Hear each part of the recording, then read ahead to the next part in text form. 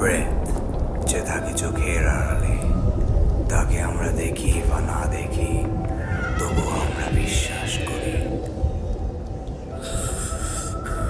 রাতের আধারে কাকে দেখা যায়, আবার আপনাদের ভয়ের রাজ্যে নিয়ে যেতে চলে এসেছি আমি, সেই পূর্ণ সুরে।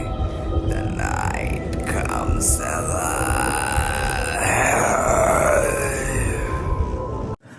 ভৌতিক FM, The Fairy Dance with RJ Farabi.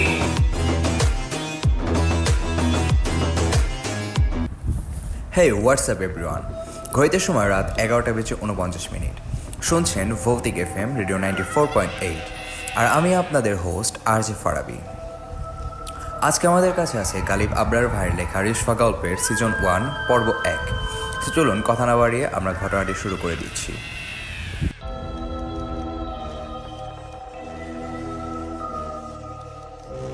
ঘটনাটি আমার কাছে যেভাবে এসেছে আমি ঠিক সেভাবেই পড়ছি।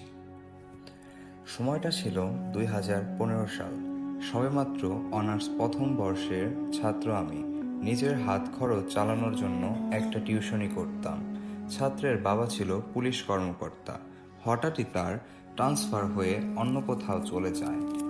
তাই তারা চলে যায় আর আমার হাত খরচের মাধ্যমটাও হারিয়ে যায়।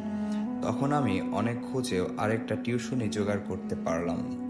তারপর একদিন রাতে আমার বন্ধু আবির কল করে বলল একটা টিউশনি আছে, ক্লাস 9-এর একটি মেয়েকে পড়াতে হবে। মেয়ের বাবা ইতালি থাকে, তাই বেতন নিয়ে কোনো চিন্তা নেই, বাড়িয়েই দিবে। কিন্তু শর্ত হলো সপ্তাহে 2 দিন পড়াতে হবে, রাত ঠিক 11টা থেকে 2টা পর্যন্ত। এমন শর্ত শুনে আমি সাথে সাথে না বলে দিই, কারণ রাত 11টা থেকে পড়াতে যাওয়ার আমার পক্ষে সম্ভব না। সকালে আমার ক্লাস শুরু হয় 10টা বাজে। ঘুমাবো কখন এই টাইমে পড়াতে গেলে? কিন্তু তারপর আবির যা বলল তাতে আমার ঘুম হারাম হয়ে গেল। ও বলল 15,000 টাকা বেতন দিবে, এবার ভেবে দেখ।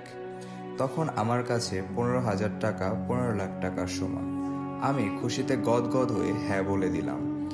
আবির আমাকে ঠিকানা টেক্সট করে দিল আর বলল শুধুমাত্র শনিবার এবং বুধবার রাতে যেতে হবে। আমার কাছে বিষয়টা কেমন জানি অদ্ভুত লাগলো, কিন্তু টাকার নেশায় কিছুই মাথায় নিলাম না। 2 দিন পর শনিবার আমি রওনা দিলাম আবিরের দেওয়া ঠিকানা অনুযায়ী। শহর থেকে অনেকটা বাইরে হিন্দুপাড়া নামে একটি গ্রাম আছে, সেখানে বেশিরভাগ মানুষই হিন্দু। আমি সেখানে গিয়ে একজনকে ঠিকানা দেখিয়ে বললাম, ভাই এই বাড়িটা কোন দিকে বলতে পারেন? সে আমার দিকে কিভাবে যেন তাকিয়ে থাকলো কিছুক্ষণ, তারপর বলল সামনে গিয়ে একটু পুরনো বিল্ডিং পাবেন, এটাই আপনার ঠিকানা। আমি সামনে হাঁটা শুরু করলাম। একবার পিছনে তাকিয়ে দেখলাম লোকটা এখনো সেই অদ্ভুত ভঙ্গিতে আমার দিকে তাকিয়ে আছে। কেমন যেন একটু লাগছে আমার ভেতরে, মন সায় দিচ্ছে না যেতে। কিন্তু 15,000 টাকার কথা মনে পড়তেই আবার মন বদলে যায়, না গিয়ে দেখি না কি হয়। একটা পুরনো বিল্ডিং, এর সামনে এসে দাঁড়ালাম। হ্যাঁ, এটাই সেই ঠিকানা। 11টা বাজতে 1 মিনিট বাকি। আমি গিয়ে দরজায় নক করার সাথে সাথে দরজা খুলে গেল। মনে হচ্ছে কেউ যেন আমার জন্য দরজা কাছে দাঁড়িয়েছিল। দরজা ধাক্কা দিতেই খুলে গেল ক্যাথ শব্দ করে, কিন্তু সেখানে কেউ ছিল না। তাহলে দরজা খুলল কে? আমি কখনো ভূত প্রেত এসবে ভয় পেতাম না, অনেক দেখেছি জীবনে এসব। একটা কথা বুঝে গিয়েছিলাম, সেটা হলো তাদেরকে ভয় পেলে তারা মাথায় চড়ে বসে। তাই নিজেকে খুব শান্ত রেখে বাসায় প্রবেশ করলাম। বাসার ভেতরটা কেমন যেন অন্যরকম দেখতে। প্রতিটা দেওয়ালে আরবিতে কিছু লেখালেখি করা, অদ্ভুত অদ্ভুত ছোট ছোট পোকামাকড়ের চিত্র আঁকা। সবচেয়ে বড় কথা, বাসার ভেতরটা একদম নিস্তব্ধতায় ঘেরা। একটা ছোট শব্দও কানে আসছে না। একজন মধ্যবয়স্ক মহিলা একটা রুম থেকে হাসি মুখে বেরিয়ে এলেন। আমাকে বললেন, নিশ্চয় তুমি গালিব, আবির তোমাকে পাঠিয়েছে। আমিও একগাল হেসে বললাম, জি আন্টি। তারপর আন্টি একটা রুম দেখিয়ে দিয়ে বলল, ওই রুমে যাও, রিশপা ওইখানেই আছে। দেখো বাবা, ভালো মতো পড়াতে হবে, অনেক ফাঁকিবাজ। ও, তার মানে আমার ছাত্রীর নাম রিশফা। আমি বললাম, সেটা নিয়ে আপনি চিন্তা করবেন না আন্টি, আমি রিশফাকে ব্রিলিয়ান্ট স্টুডেন্ট বানিয়ে দিব। এই বলে রুমে গেলাম। দেখলাম রিশফা এক মনে খাতায় কি যেন অঙ্কন করছে। আমি গিয়ে হালকা কাশি দিতেই সে উঠে সালাম দিল। আমি সালামের উত্তর দিয়ে বসলাম। খাতার দিকে লক্ষ্য করে দেখলাম সে অদ্ভুত একটা প্রাণীর ছবি আঁকছিল। এমন প্রাণী বাস্তবে নেই, শুধু কল্পনাতেই আঁকা সম্ভব। তারপর আমি তাকে উদ্দেশ্য করে বললাম, আজ থেকে আমি তোমাকে পড়াবো, মন দিয়ে পড়াশোনা করতে হবে।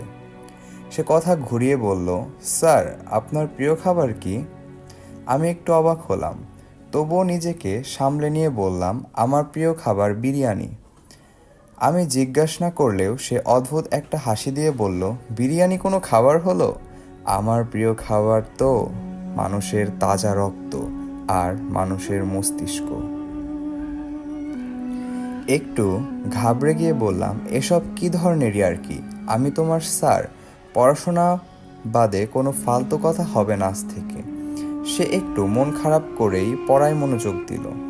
বারবার আমার মনে হচ্ছিল কেউ যেন উকি দিয়ে আবার চলে যাচ্ছে।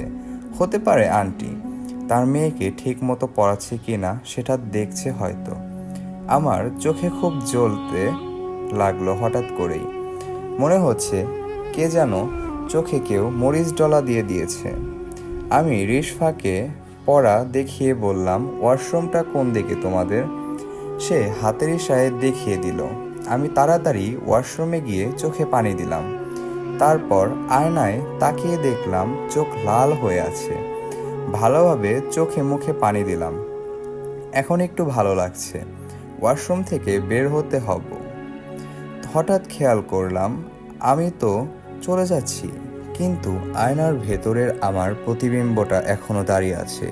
আমি চোখ ডলা দিয়ে অবাক চোখে তাকালাম আয়নার দিকে।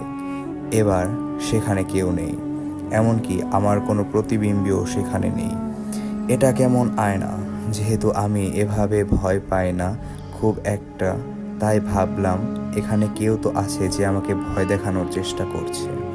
তাই আমি আস্তে করে বললাম, এই ছোট্ট ওয়াশরুমে কি ভয় দেখাস আমাকে? সাহস থাকলে বাহিরে দেখা করিস। এই বলে চলে আসলাম।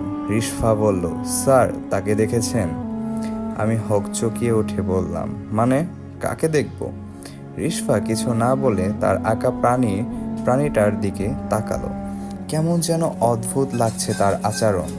সেদিনের মতো পড়া শেষ করে বের হলাম বাসা থেকে। বাসার ভেতরের তাপমাত্রা আর বাহিরের তাপমাত্রার অনেক পার্থক্য। বাসার ভেতরটা যেন অন্য একটা জগৎ। তখন রাত 2টা। আমি হিন্দুপাড়ার চিকন গলি দিয়ে হাঁটছি। তখন কোনো গাড়ি পাবো না জানি, তাই হেঁটেই যেতে হবে। হঠাৎ দেখলাম একটা গাছের নিচে কেউ একজন দাঁড়িয়ে আছে। তার মুখটা তো বোঝা যাচ্ছে না, কিন্তু দেহটা বিশাল আকৃতির, যেমন রেসলারদের হয়। আমি বুঝে গেলাম এটা অন্য কিছু, তাই তাকে পাশ কাটিয়ে যাওয়ার সময় বললাম, আর মানুষ পাইলি না ভয় দেখানোর জন্য? ওপাশ থেকে আওয়াজ এলো, তোকে তো ওয়াশরুমে মেরে ফেলতাম, কিন্তু তোর সাহসের কথা বলছোস, তাই এখানে তোর জন্য অপেক্ষা করছিলাম আমার সাহস দেখানোর জন্য। এখানেই শেষ হয় রিশফা গল্প সিজন 1-এর পর্ব 1। পর্ব 2 পাওয়ার জন্য আমার ফেসবুক পেজটি ফলো করে রাখবেন এবং লাইক দিয়ে আপনাদের মতামতটা কমেন্টে জানিয়ে দিবেন। আসসালামু আলাইকুম।